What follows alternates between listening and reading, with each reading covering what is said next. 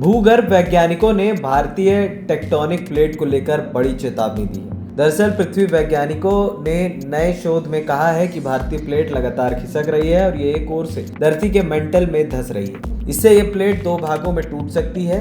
भूमर्क्षशास्त्रियों को डर है कि अगर ऐसा होता है तो भारत में भयानक भूकंप बढ़ जाएंगे।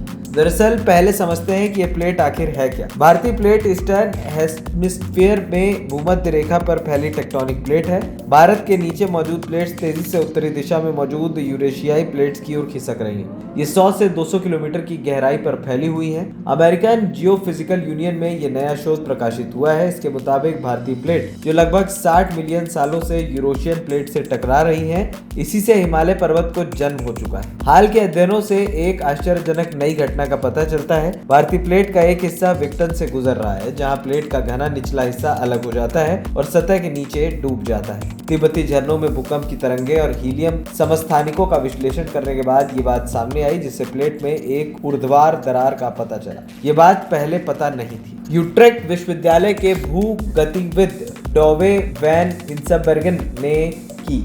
हमें नहीं पता था कि महाद्वीप इस तरह से व्यवहार कर सकते हैं। ये खोज इसलिए महत्वपूर्ण है क्योंकि ये बताती है कि न केवल प्लेट की सतह पर अलग अलग मोटाई और विशेषताएं हैं, बल्कि टेक्टोनिक शिफ्ट को संचालित करने वाली प्रक्रियाएं कहीं अधिक गतिशील और जटिल भी हैं। विक्टन प्रक्रिया के महत्वपूर्ण परिणाम हो सकते हैं, खासकर भूकंप पर। स्टैनफोर्ड विश्वविद्यालय के भूभौतिकविद साइमन क्लेम्पर ने बताया है, दरारें पृथ्वी की पपड़ी में तनाव निर्माण को प्रभावित कर सकती हैं, जिससे भूकंप का जोखिम बढ़ जाता है। तिब्बती पठार जो पहले से ही भूकंपीय गतिविधि के लिए प्रभावित क्षेत्र है और भी अधिक अस्थिरता का अनुभव कर सकता है। शक्तिशाली भूकंपीय घटनाएं हो सकती हैं। एएनपी टाइम्स की रिपोर्ट।